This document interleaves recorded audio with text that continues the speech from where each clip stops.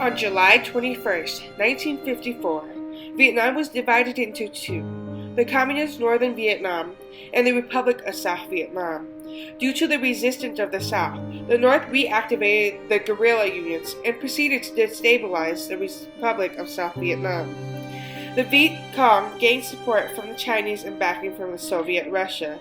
The United States worried that much of Southeast Asia would fall into the hands of communism, and thus placed soldiers in South Vietnam to train and aid the South Vietnamese both financially and physically. The war advanced in stages, and the U.S. got deeply involved. They decided to deliver Operation Ranch Hand and herbicidal warfare to smoke out enemies. From 1961 to 1971, the United States decided to destroy enemy guerrilla forces by smoking them out using strategic deforestation. The beginning of Ranch Hand was an operation in which herbicidal warfare was sprayed via military planes. The idea was to kill off all the forests that were used as cover and all food sources of the enemies. Aside from the Vietnam, Laos, and Cambodia were also sprayed because the guerrilla forces were also using their surrounding forests to attack the opposing military. Of several chemicals used in the operation, Agent Orange, a dioxin that was a combination of two defoliants, 2,45-T and 2,4-G, intended to kill upon contact. Many animals and vegetation died within a few days. From 1961 to 1971, 20 million gallons of Agent Orange was released via military plane. The dioxin was used in concentrated amounts of 20 to 55 times the normal agricultural use. Both enemies and soldiers alike were doused and exposed to dioxin without any type of warning, roughly destroying 5.5 million acres of land, the size of New Jersey. Of the 4.8 million Vietnamese exposed, 400,000 deaths occurred due to the silent killer. As a result, the dioxin latched onto the genetic code of the affected parent, causing numerous genetic issues for the children of the victims. During the first 10 years after the first dusting of AOR upon Vietnam and surrounding countries, Laos and Cambodia, military bases were mostly contaminated and drenched with the herbicide. It polluted bodies of waters encompassing the military bases. Many locals who lived or worked near the bases often fished, bringing home fish and eel to their family. Later test results for the fishes were found to have high concentrated levels of dioxin in their fat, tissues, and organs. The dioxins also seeped into the soil, which was found as deep as 6 feet, making the land unusable for vegetation, and the soil highly toxic. Studies 4 decades later also provide insight on whereabouts of how much dioxin has affected the locals. It was found in food, human blood, breast milk, and those that lived near the former U.S. bases. To this day, these lands are considered hotspots. They are unusable and unlivable. The most compelling evidence of the dioxin is the high rate of birth defects. Over 500,000 children are born handicapped. Agent Orange is scientifically linked to cause cancer, skin disorders, birth defects, autoimmune diseases, liver disorders, psychological effects, infertility, neurological defects, and gastrointestinal diseases. Dr. Linda Burnham with the Environmental Protection Agency stated that dioxin can modulate growth and development, functional and structural deficits, which are often not detectable until later in life. Another 6 to 12 generations will have to pass before dioxin stops affecting the genetic code, advised Dr. Wayne Dwenchuk, a retired senior scientist advisor with Hatfield and Agent Orange specialists.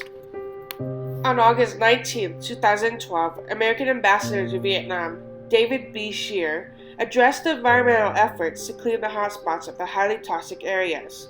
The programs, which expected to cost $43 million and projected to take about 4 years.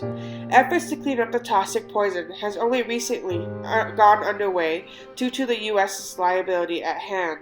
The U.S. government considered the Agent Orange hotspots to be part of the casualties of war. In the end, war was unavoidable for those who got caught in between the field. An herbicidal warfare that lingered on for over 5 decades still haunts generations of Vietnamese families. Genetic defects overshadows the peaceful lives of the locals. While the voices of many suffering Vietnamese are still suppressed, only a few have been able to shed some light on the issue. Genetic defects are still currently an issue today in Vietnam, with many more generations following in the devastating footsteps. The war continues on the legal grounds for higher compensations for the victims. Generations more will have to live with the devil who wears orange. Cuộc đời sau những gian truân cuộc đời sao tôi khổ ái. Tôi luôn ôm cây đàn nuôi thân cho qua ngày, là niềm ước mơ. Nhưng ngày phép cha ghé thăm, trao cho mẹ thân hình tôi, là giọt máu tàn phế hôm nay.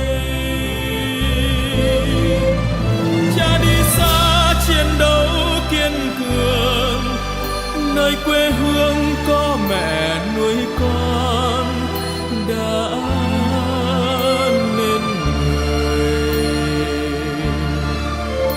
Ơi cuộc đời tôi điều tàn vì chất độc màu da cam.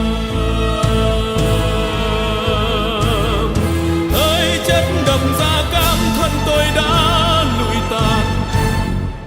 Cha ơi không thấy cha về, mong đón đêm ngày sum họp gặp cha. Không thấy cha về, cha không về nhìn con.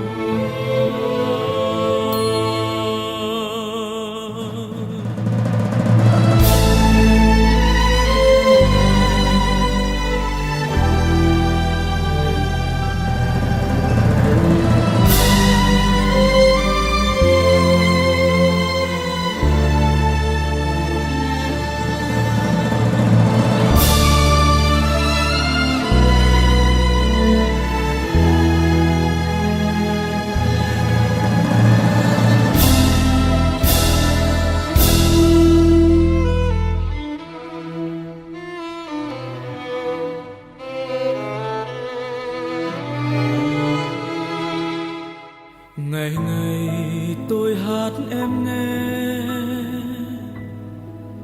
dù rằng yêu những khoảng cách.